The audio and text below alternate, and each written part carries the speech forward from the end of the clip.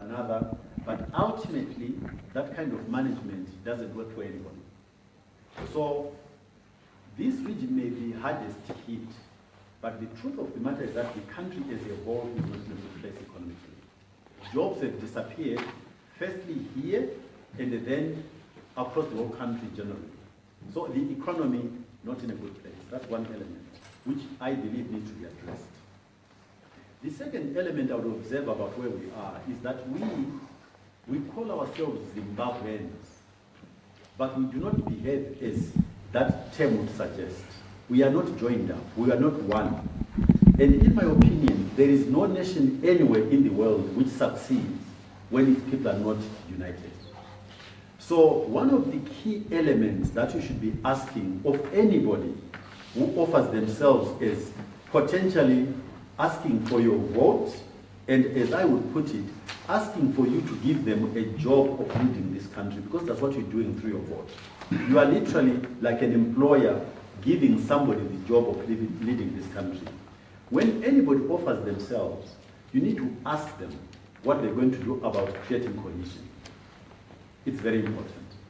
The second element is that there are institutions of state, or should I say, there are institutions that are supposed to serve the country as institutions of state. What are those? Central Intelligence Services, the police services, the army, the judiciary. These institutions are meant, if they are going to deliver what they're supposed to deliver to the citizenry, there must be institutions of state. They cannot function properly if they are attached to a party. They should belong to the people's government and serve all citizens. The minute these institutions appear to be appendages of a political party, then they will not serve all the citizens.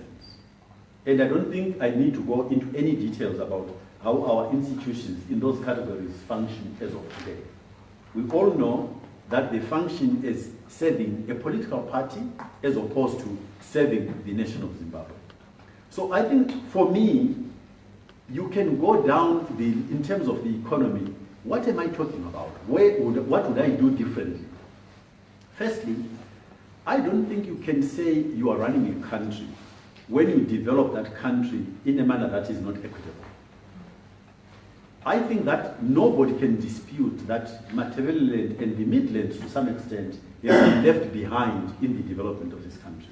I've just illustrated, I could give you other illustrations. When the railways were electrified, in spite of the fact that this city was essentially the center of our railways, the electrification stopped in Bulawayo. What is the logic? You can't give me a logic which actually puts those two things together. This is the center of the railways. I've explained to you why, geographically, and then you electrify the railways and you stop in Gweru rather than bringing the electrification to Bulawayo. Doesn't make sense. So if you're going to lead the country, lead it in a manner where the citizens across the country feel united, whether it is in prosperity or in suffering actually doesn't matter. But they should feel we are in it together. And when we are in it together, we will then agree how we prioritize, because resources are always limited. Any nation, as you know, is like a household. You don't always have all the money you need to do the things you want to do. So we, as a society, would need to agree on what the priorities were, on what the sequencing would be, would have to sacrifice today in order to benefit in the future. But we have to agree as a country, as a citizen. That's the only way that makes sense in leading a country. Some of you would know that until last week, I've been saying to the population of Zimbabwe, in response to people asking me to consider entering the fray of elections, if you like. And to be very open about this, it was not only me people asked. They put my name forward, they put Strive's name forward, so that you understand, I'm not claiming any special place. I have responded, but I only responded last week and said, I'm ready to do this. I believe I can run this country completely differently from what's being done. But I also put forward that if I run, I'll run as an independent, and I want to explain why I've been saying that and why the change to a platform which is essentially a political party. My motivation for wanting to run as an independent started from this observation that not just Zimbabwe, but virtually the whole of our continent, and maybe even beyond, if you look at less developed countries where, again, we are amongst ourselves, I want to use, to call a spade a spade. Our politics are immature. And when you look at all countries that are called third world countries, you will discover that the ruling party runs the country the government runs the country for the party, not for the people. In every single case. And so my response was, in the light of this overwhelming evidence, I did not want to start off saying I'm running on behalf of a party. Because the evidence tells me that when that happens, the party captures the head of state. The evidence is there everywhere. The party captures the head of state. And the consequences of that is that people who are not qualified, as long as they belong to the party, get given jobs that they cannot do. We get them to run airlines, we get them to run the railways, we get them to be ministers, when they've got nothing to offer to the population. All they do is exercise patronage for the people that are within the umbrella of what they call our party. And that was why I said I wanted to run as an independent. But in the, let's say, last 3 months or so, when I've been thinking about this, I also took soundings from the population. And overwhelmingly, although there were people who appreciated what I was talking about, a lot of our people cannot identify with the idea of an independent candidate. They just can't deal with it. Because they think you'll be a loose cannon. You are not concerned with citizens. You're doing your own thing. So I considered, in the light of this feedback, that maybe for the time being, we need some kind of platform, whether you call it a movement or a party, it's the same thing. That's why we formed APA. But I am very clear in my mind. And I've told, this morning I had a meeting with people who now have joined us in this party. And I said to them, if you choose to join APA, understand one thing. You will not get a job you don't deserve just because you are a party member. That will not happen. And also, if you are not a member of the party, you will not necessarily be excluded from a job which you are qualified to do. Because the only thing I need to form an administration is that you are Zimbabwean. Everything else does not matter to me. Whether you are a woman or a man, or you go to whatever church, black or white, it doesn't matter. Are you a Zimbabwean? Are you qualified? Can you contribute? If you are in ZANU or MDC or belong to no party at all, if you qualify to do a job in my administration, you'll get the job. We've got to elevate. The rights and obligations of a citizen should not be confused with any other subdivisions lower down. The only thing we need is to look at our population, look at our citizens, and build our country on that basis, and that basis alone, nothing else. So that's where I'm coming from. In terms of the economy, I think that we need to grow up in terms of how an economy functions. A government is like a referee in a football match. And if it is like a referee, a government cannot be both a player and a referee. The government has to withdraw into being a referee. And that is why you get situations like government decides that the cold storage should be in a place other than where it makes sense. Because the government then is being a player, not just a referee. That's why we've got hotels that are owned by a government when the private sector can execute without any need for government to participate. That's why we've got government owning a mining company when the private sector can do all of that. Government needs to legislate and regulate, not be a player. That way, it will create an environment where you, the entrepreneurs, can do what you know how to do best without any bias or whatever.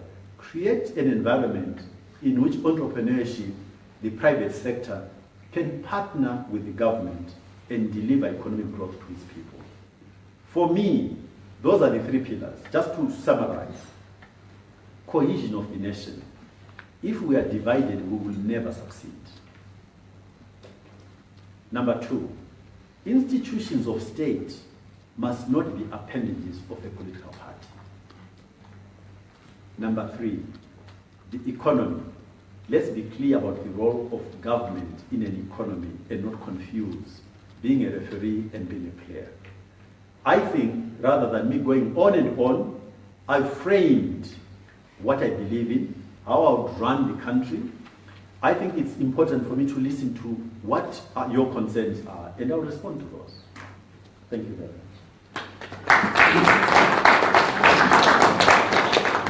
As you said, this is a discussion. I want to hear. So we're taking questions, comments from you, ladies and gentlemen. Thank you. I have 2 questions. The first question, you spoke about cohesion of the state.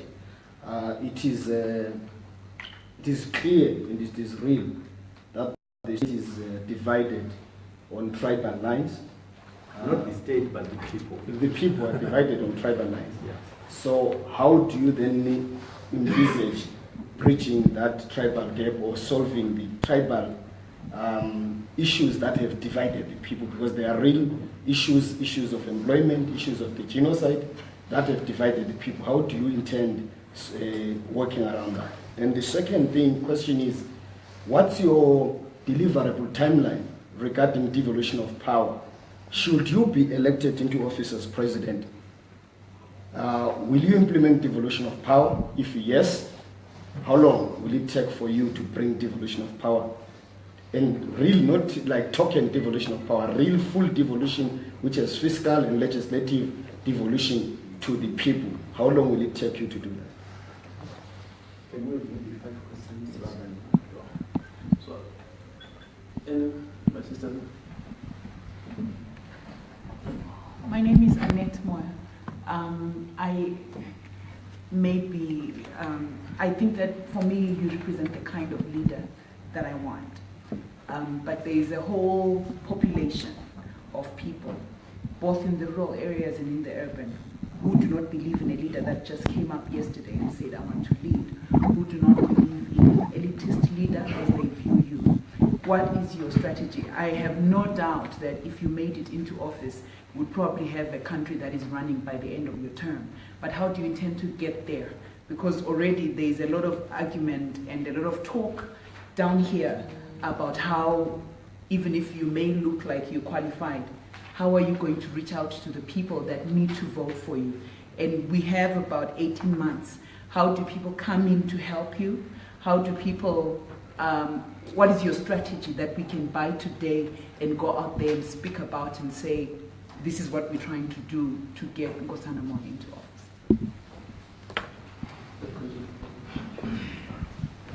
My name is Nkosana Moyo. I'm a Bulawayo entrepreneur.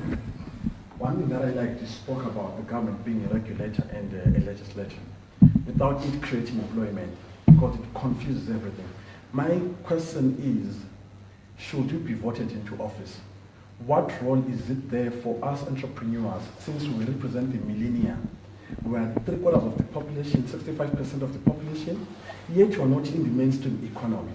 Some of us are not looking for jobs, we are looking for partnerships, triple Ps, where we can engage, then create employment. So what is your strategy on creating an enabling environment where young entrepreneurs can thrive across Zimbabwe without tribal connotations, then create synergies across Africa? Then as a nation, as a continent, we can thrive. That's my first question. My second question is, the first-time voters next year will be voting, that is, they will be 18 years. They don't know what a proper Zimbabwe is. They don't know proper ZESA, proper what they don't know. And they don't even know you. Because by 2000 or 2002, you had already left. Yet in Britain, the last parliament elections, there was a hung parliament because of us young people who participated. So, what is your strategy in bringing those young people into voting when they barely know you, when there is youth apathy? Number one. Number two, my advice, why did you consider national post? Why not maybe a local post for a councillor? We elect you, you become a mayor, you run a seat, you make Bulawayo a model for 2023, so that everyone gets to know you. In short out. Let's go. You will respond to the questions that have been raised. Then we take other questions.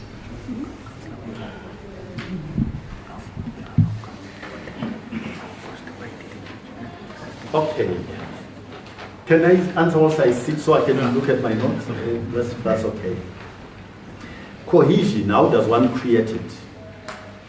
So my view is that cohesion is going to start from how you construct the administration. How do you form your cabinet? How do you form the administration itself? I think the way the administration looks and is constituted should speak. So the minute I'm elected and I start forming that administration, I should stop having to explain. The actions I take will explain and make Zimbabweans see themselves in that administration. That's what will create cohesion. So I don't have to explain anymore. The gender visibility, the tribal visibility, the color visibility, the age visibility in that administration will talk to all of you. That is the only way. Words have to stop the day I get elected, and deeds and my actions will begin to tell you whether I'm doing what I said I'll do or not. That's how we create it. That's how cohesion. It has to be seen and felt, not explained in words after I'm in office. That's what I'll do. So that's the how. Timeline for devolution or decentralization of power, authority, and so on. My view is that, again, the setup of how the country is administered is how you achieve it. Because at the end of the day, what are we talking about? Let's start even with, before we even get there, how are your representatives elected? Who represents you in parliament? Who puts them in place? We have to find a way where we reverse this thing, and communities must perceive in the process that the people who sit in parliament have come through the communities, the provinces, or the constituencies genuinely having a say on who goes there. That's where it starts, in terms of feeling that the authority of supervision, or what we call accountability, starts with who represents you and how that process takes place. At the moment, you know, I don't have to explain to you this. The MPs, the process of getting to be an MP creates a relationship where the MP is accountable to the party and not to you. And even if they don't perform, there is nothing you can do. They continue to get their perks, enjoy a very plush life, get their 4x4s. They don't care about you. You didn't send them there. The party put them in place. So that's who they account to, not to you. So if we go back to how your MPs come to be MPs, and I would establish a process which I would oversee. In other words, you know, in Rwanda, once a year, Kagame has a retreat with all his top officials, ministers and the regional administrators. And the population has got an opportunity to call him and tell him openly, transparently, who is not doing their job. Very transparently. So systems of accountability and the citizens' voice being heard can be created so that the ministers, your ministers or MPs know there is nowhere to hide. But at the moment, they don't need to do that. Because whether you like it or not, whether you are happy or unhappy, they live their lives very comfortably. Again, this morning I posed a question. And I know, I'm not a politician or diplomat, by the way, guys. So I'll speak to you very openly as possible. As of today, tell me what the leaders from Matebele have done for you, those who are in parliament and in the cabinet. Tell me what they've done for you. And if you ask them, they'll probably say, oh, it's the central government and so on and so on. And they're probably right. Then the next question I ask you, why didn't they walk away?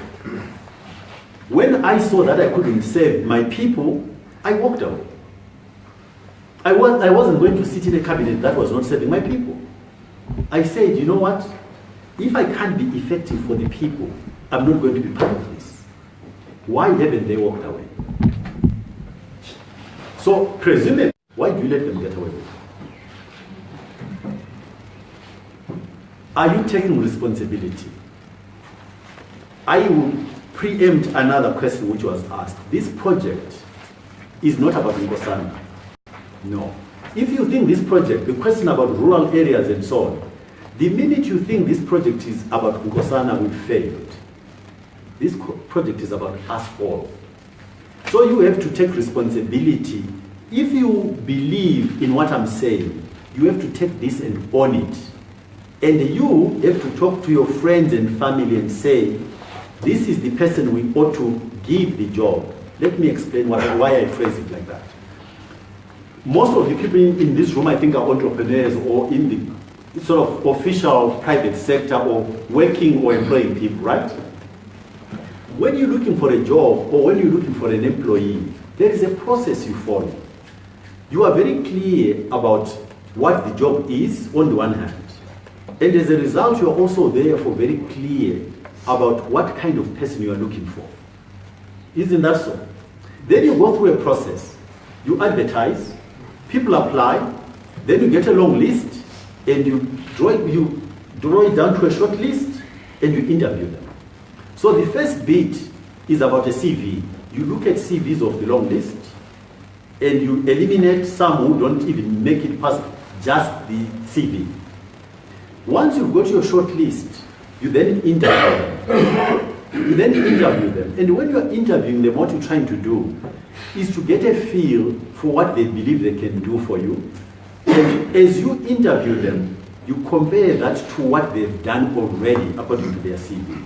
So if they make claims of what they think they can do, which are not borne by the CV, they probably don't pass the interview. But if their claims appear to be grounded or based on what they've already done, their track record, you're probably going to select your final employee from that list. An election is exactly the same. The people who come to you for your vote ought to be put through, in your mind, through exactly the same process.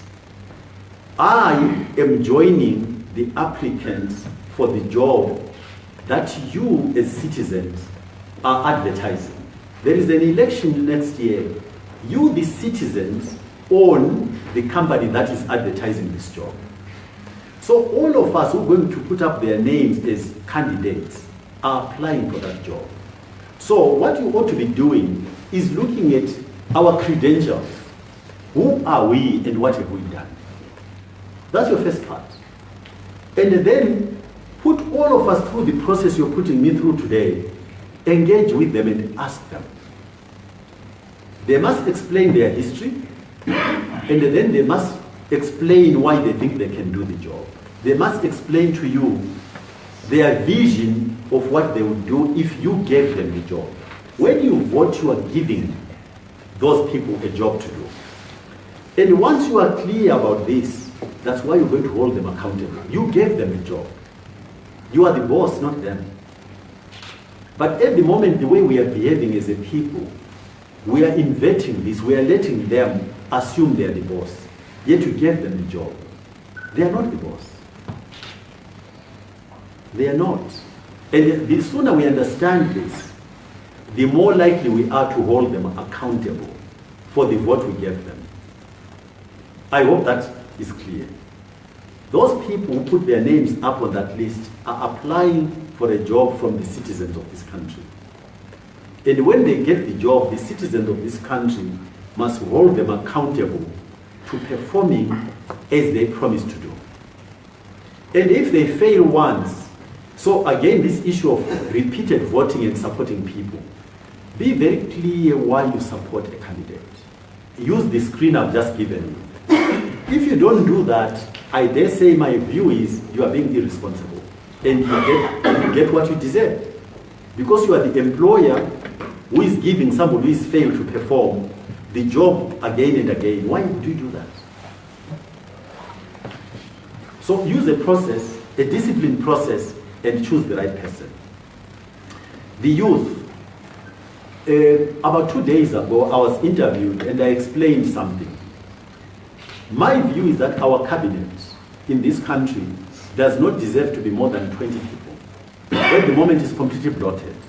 That's point number one. Point number two, our cabinet does not in a way justify having deputy ministers. If you observe, firstly, they don't go to cabinet. And second, when a minister is absent, another minister acts. Yes. Not, so tell me what the deputy ministers do. Why are they there? I would reduce the cabinet to less than 20 people. I would scrap the deputy ministers.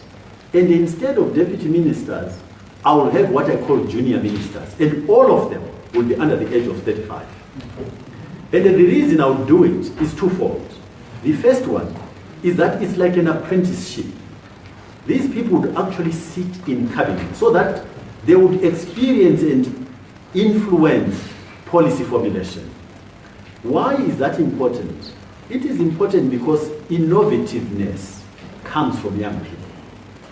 And that is not to take away from older people. We contribute different things. Older people, because of the lives they've led, the experience they have got what we call wisdom. Don't take me to task about what that means. They are supposed to be wise. They are supposed to be wise. But I don't think anybody will dispute the fact that creativity tends to come from young people. So if a country wants to have creativity within its society, it has to create room for young people. That's why I would have junior ministers. For those two things. As an apprenticeship, for them to see the processes, because they are going to inherit and run our institutions, they've got to be given exposure to see how it happens. And then the society owes itself actually to create space for young people in order for innovativeness to happen. That's what I would do to accommodate the question about young people. What else? What have I left out?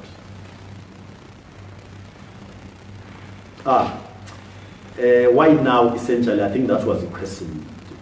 People don't know me, rural areas and so on and so on. So that question again presupposes, yeah. I'm sorry to interrupt, and this is not something that would happen unless there was a good reason. But our thinking was that this meeting was going to be an opportunity for people in this room to hear what Dr. Moyo's thoughts about the issues that are important to people in this room. Unfortunately, there's somebody in here who is broadcasting this on Facebook. This is problematic because, unless if they had spoken to me, because then we would know that we are not just speaking to people in here. I think for obvious reasons. Also, Dr. Moyo would also need to know that is the case. So whoever is broadcasting this, I actually don't think it's a problem. So let's leave it. It's not a problem. Yeah. Okay. Yeah. No, that's fine. I'm aware, but it's not a problem. It's not a problem, and I'll explain to you why. So let me just make a note. So broadcast as much as you like. Okay. It's just I've lost my what was I talking about just then? People don't know why now? Why now?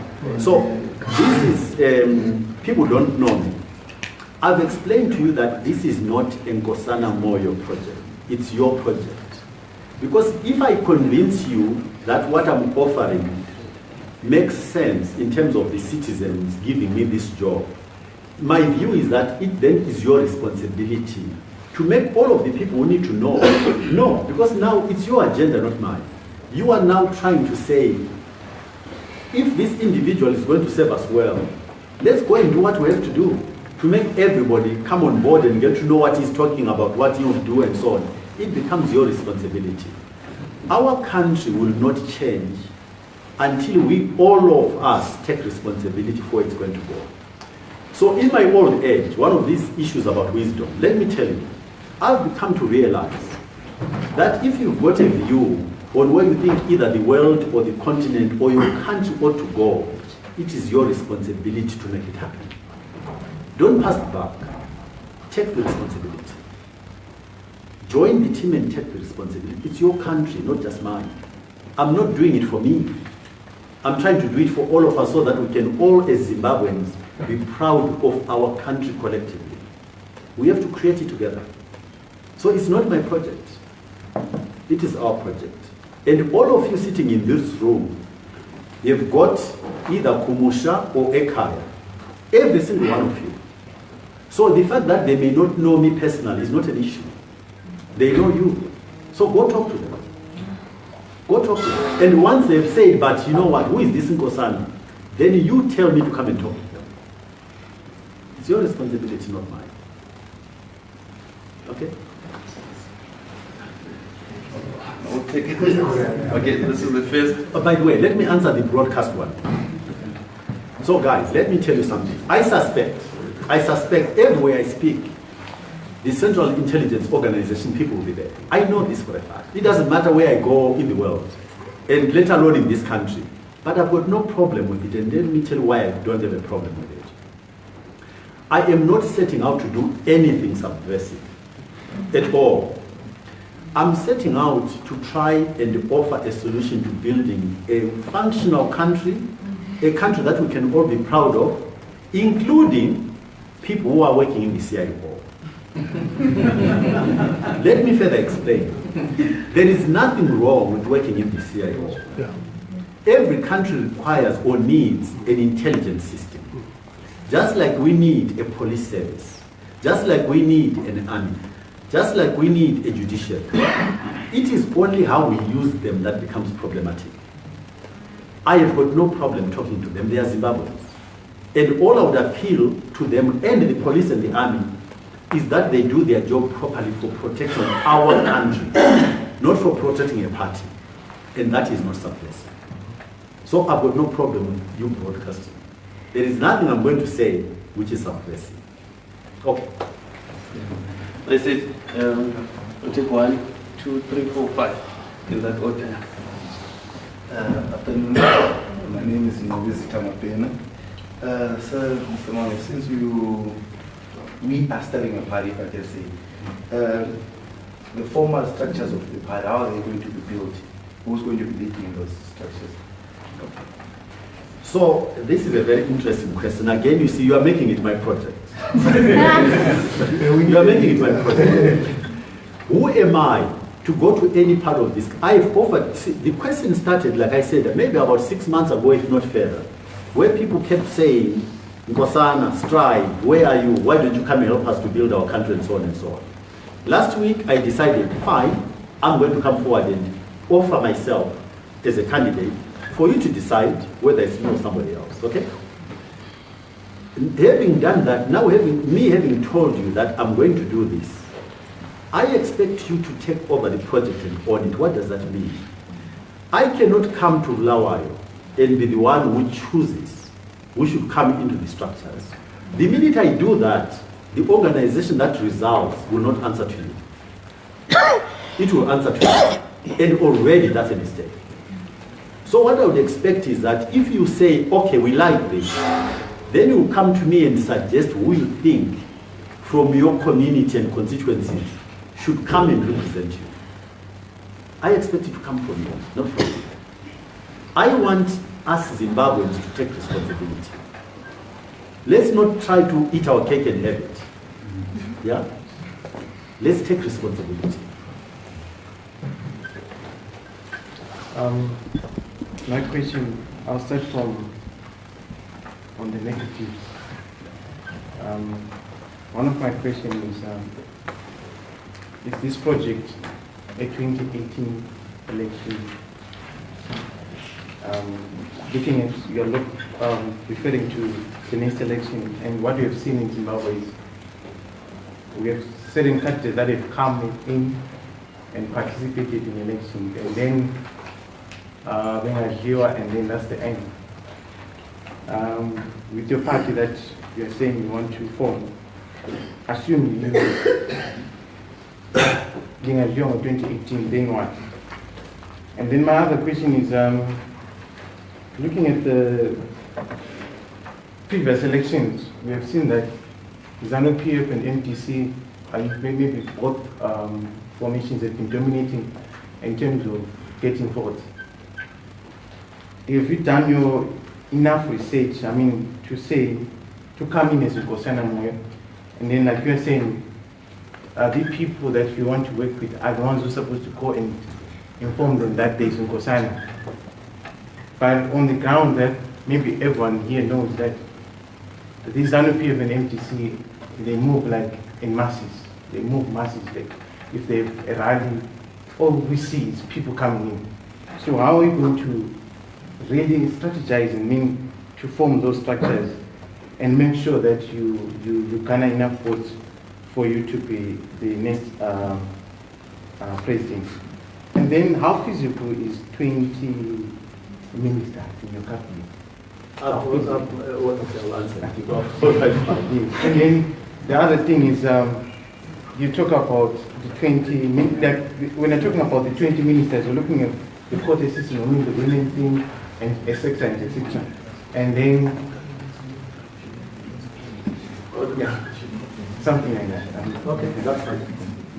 I think let me answer it. So let me start from why not take maybe some of the questions and then maybe you answer? Yeah, that's fine. That's what I've been doing, but I think it can be faster. Okay. Let me be a bit positive. Assuming the independent No, candidate wins. be as challenging as you want. Yeah, I'm coming on a technicality. Assuming the independent candidate wins, Zimbabwe have got the one complex system, which I call the dilemma in politics, where you have got the first past the post system linked to the whipping system. You have got an MP elected by us who also don't belong to the party, but when he is in parliament, that MP must be controlled by the party. They've even gone further to constitutionalize that, which means now you can be recalled for working against the party, irrespective that it is us who don't even belong to the party who might have voted for you because we understood you, although donated to us by the party. That's a complex system. With an independent president now, how does it operate? Does it mean you will have to change the constitution? Then my other second issue is on the state institutions, which I think people keep on, even those guys who were mandated to write the constitution, we tried to say to them, can you check this elephant? I think they turned a blind eye. One of the biggest dilemma that we have in this country, we've got state institutions that control most of the country in terms of agricultural productivity, in terms of mining, etc. And those institutions are controlled at central level. No matter how much devolution you put, if Forest Commission owns half of Lupani, and Forest Commission is not answerable to the CEO of Lupani, to me, it will never work. And we need to understand how the new government is going to view this, the national parks, the ADA of today, and many others, before you go to these others. Lastly, people must take responsibility. Fine, doctor, I understand that. But maybe we need to understand one of the biggest problems that we have is transfer of power in this country. And it was not a problem in 1980. It was a problem since 1965 when UDI was launched. And it was a question of perfecting the system. Then a few whites, now blacks, tribalized, get these ones to be in charge so that you can transfer power, put them there. Those are central issues which are critical in this country. And I stay back in my home just because I'm saying, yes, Nkosana is good, yes, so-and-so is good, but what I don't know, how is he going to influence the transfer of power? Thank you. All right, I think I've got two or three questions. First question, you're coming in as an independent. My study of the elections in Zimbabwe since 1979 proves that there have been 4 people who have won as independents. Margaret Dongo, Jonathan Moyo twice, Samkangi, and Kereke. And all those people had the backing of ZANU-PF and then got chucked out one way or the other. Those are the only people who have won as independents. How do you hope to win and then erode this particular history that I've already documented to you? Right? That's the first question. Number 2, Section 104 of the Constitution speaks about the appointment of cabinet ministers and the like, cabinet ministers and deputy ministers, of which the first thing is the fact that all cabinet ministers have to be chosen from MPs who would have won an election, except for 5 people that the president can appoint. And from the matrix that you have drawn out, it seems as if you are looking at bringing about people based on capability, which will mean that are you going to be able to garner enough people that are going to be capable for you to appoint them into this particular cabinet that you hope to run with competent groupings of people? Those are my two questions. Is that related to that one, or we can... It's different. Now we've got 6 questions. Yeah. Can I answer those, then we'll take some? You can take from you. All right. Next question, which was asked earlier, was not... Which one? How long would it take you to put together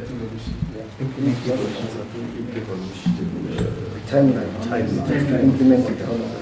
Yeah, fine. Let me start with the 2 questions on independent candidates. Clearly, I've confused you. I was explaining the chronology. I started off wanting to run as an independent. And I was explaining why I wanted to run as an independent. Context, yeah? In other words, somebody is not captured by a party and so on and so on. But I also then explained that when I announced that I've now made a decision to participate in the elections, I also announced a movement called APA. So I've moved away from independent because the population pushed back and said that won't work, although I still think it would work, but that's another debate. I actually think it would still work. But there's no point, because one of the tests here is, am I listening to what the people think? And I am, so I've adjusted because I'm listening. So I'm not running as an independent. I'm running as the candidate for the movement called APA. Yeah, Alliance of the People's Agenda. That's what I'm running as. So the independent is off, yeah? The cabinet, so in spite of that, the question on, you can only appoint 5 ministers who are not in parliament. That is only a number of issues. You know, again, you know, I think it's a concept which is really, where Zimbabweans are finding it hard to understand. I think that unifying our population means if you win as a president, if I win as a president, and I tried to explain it earlier, if I win as a candidate from APA, it does not mean that my administration will come from APA only. It cannot mean that. If I do that, I'm doing exactly the same as what Zanu is doing. So let me give you an example of a minister who I think is actually a good minister even under the current administration. The Minister of Tourism, what's his name? Yeah, I think he's a decent minister. So tell me, even if he's got a ZANU badge on him, why would I not appoint him? No. The point I'm trying to explain here is that in the government I will run, you don't have to belong to a particular party to be appointed. All I want is, are you a Zimbabwean who is competent? It is once we understand that concept that we're going to run our country in a unified way. So the fact that I may have a minority of MPs in parliament does not stop me.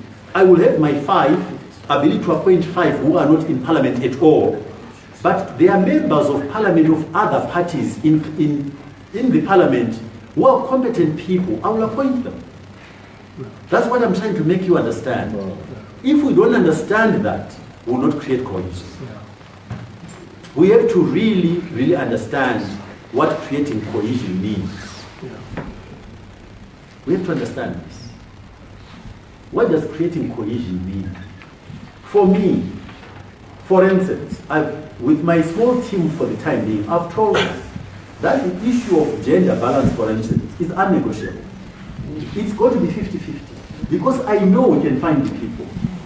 If you are prepared to look at all available Zimbabweans, both inside the country and outside the country, you cannot fail. Even if I take it incidentally, my working out suggests that I only need 16 ministers, not even 20. 20 is because I've allowed myself a bit of flex. To run this country, you absolutely do not need more than 20 ministers. Absolutely not.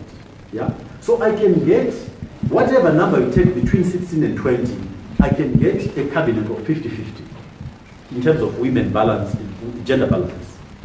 Unnegotiable. That's one dimension of what inclusivity means.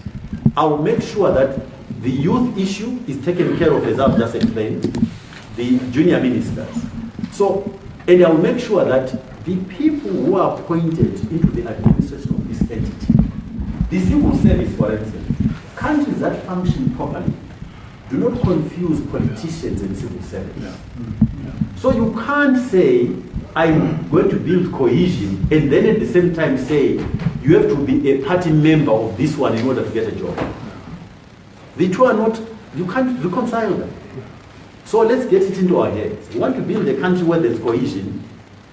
We have to manage diversity in a manner which says, I respect you for who you are, but your rights and obligations are only determined by your citizenship. Not what club you belong to, not what church you go to, not whether you're a woman or a man. That doesn't come into it at all. Are you a Zimbabwean? Are you a citizen? That's it. Are you competent? And then the answer is yes, yes, yes, and you get a job. I don't care what party you belong to. I don't even want to know. And incidentally, let me jump here and tell you about something. My view is that it's very difficult for us to get out of things we are used to. So when we talk, people start saying, oh, so when are you going to issue cards? When are we going to get T-shirts and so on and so on? All of these things are things we are used to. They are ways of declaring that you belong to a particular club in order to exclude somebody else. They are unhealthy. Anything that makes you want to define yourself as I'm an insider says I want somebody else as an outsider. Let's just work on our minds to understand. I do not want insiders and outsiders.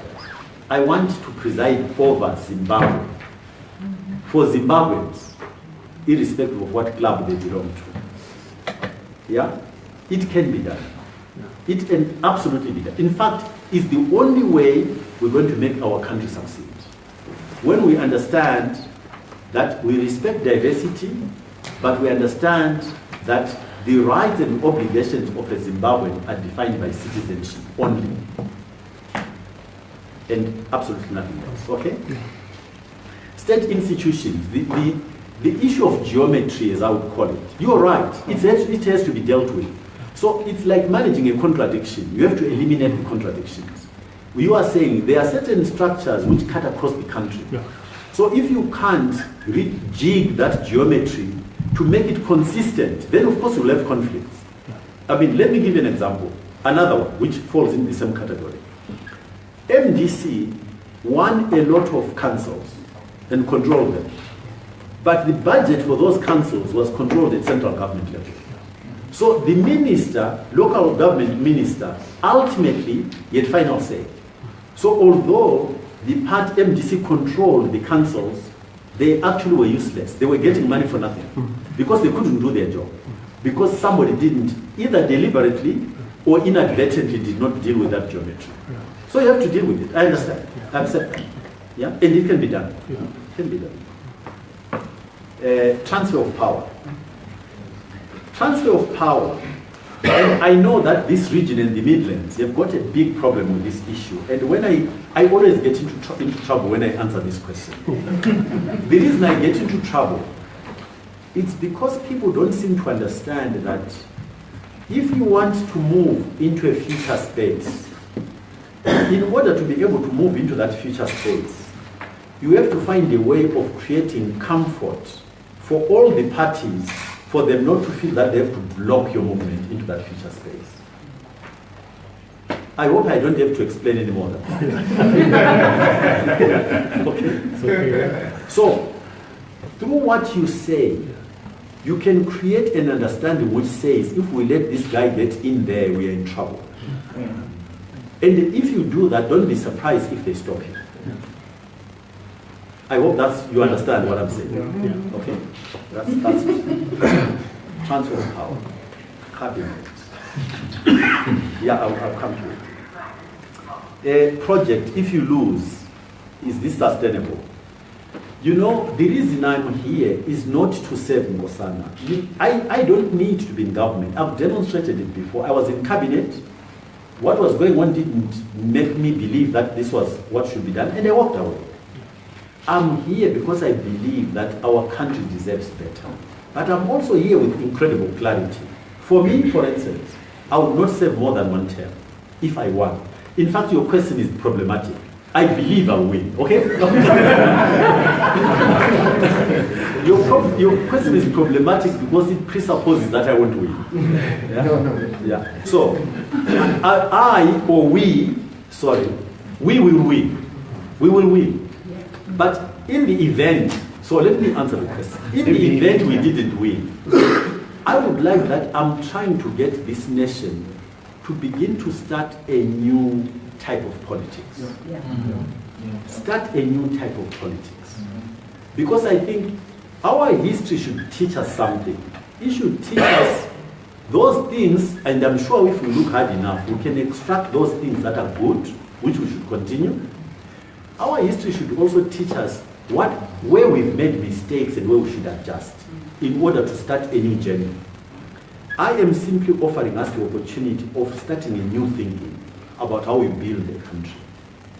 And I'm hoping that there will be enough people who understand this for them to create the sustainability required in an institution, not in a person. My thinking, hopefully, will result in building an institution and a way of thinking, which the younger ones sitting in here will take over and continue with. So the project, again, I repeat, is not about me. It's about us and where we would like to take our country. Us, collectively.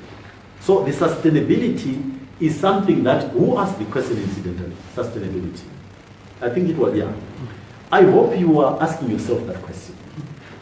Rather than just looking and asking it of me. What are you prepared to do to create sustainability? Ask yourself the question. Yeah? Good. Okay. Masses. And the issue of, two nights ago, Rubeneko interviewed me. And so we need to be factual. What has been happening in this country, when you look at the statistics, less than 45% of the eligible voters of this country have been bothering to turn up and vote. 57% of eligible voters of Zimbabweans have not bothered to vote. There could be a number of explanations as to why. I compared it to you going to a restaurant, and whoever is running this restaurant keeps offering the same dish, which you don't like. For whatever reason, if they are serving pork, you don't eat pork. So therefore you abstain. And if they are not concerned with growing their business, they keep selling pork. They keep serving pork. And then they think you are being unreasonable by not coming to eat at their restaurant. Yeah? So the possibility is that Zimbabweans have not bothered to engage because what is on offer on that menu is not acceptable to them. That's one possibility. Therefore, we should be saying, what are the other options that they may be prepared to come and buy and eat, rather than what we've been putting on the menu? And I believe that I provide or am providing that option. And I challenge you, and I'm not saying that, I challenge you as the people who are going to give whoever it is the job, to go through a process of saying, ask all of us to see who is presenting you with the menu that makes sense to you. And then buy that dish. Yeah? So the fact that 57% of Zimbabweans have not been participating, it is up to us to think creatively and say, what is it that has been missing? Why have they found what is on offer unattractive? What is it that we can put on the menu that will make them come back into this restaurant and eat in that restaurant? And we keep arguing about the 43%. People talk about splitting the vote and so on and so on. Because we keep focusing on the minority. Why should I eat a dish I don't want? Offer me another one, and then I'll think about it. Yeah? So that's how we ought to think about this issue. People are not bothering. Let's explain, let's persuade them, let's entice them, but we have to try and find out what they're looking for. Okay? Rather than keep mixing it different ways, but the same dish. A timeline of devolution, decentralization, making authority go back to provinces or pushing it further down. Yeah? My view is that within the one term, I can achieve that. What we need to accept though, that even if you go back to 1980 and look at the way we came into government as black people, we didn't go into government and then dismantled everything that was in place. Yeah. We got into government and were very careful about how you take over functioning institutions. Yeah. The same process would have to be followed. But I'm totally confident, but by the time I finish my term, this thing will be in place. So if you want a timeline, I'll give you that timeline. Yeah. It will be in place. Okay, my brother there. Then, what is the other head? Okay, here. Okay.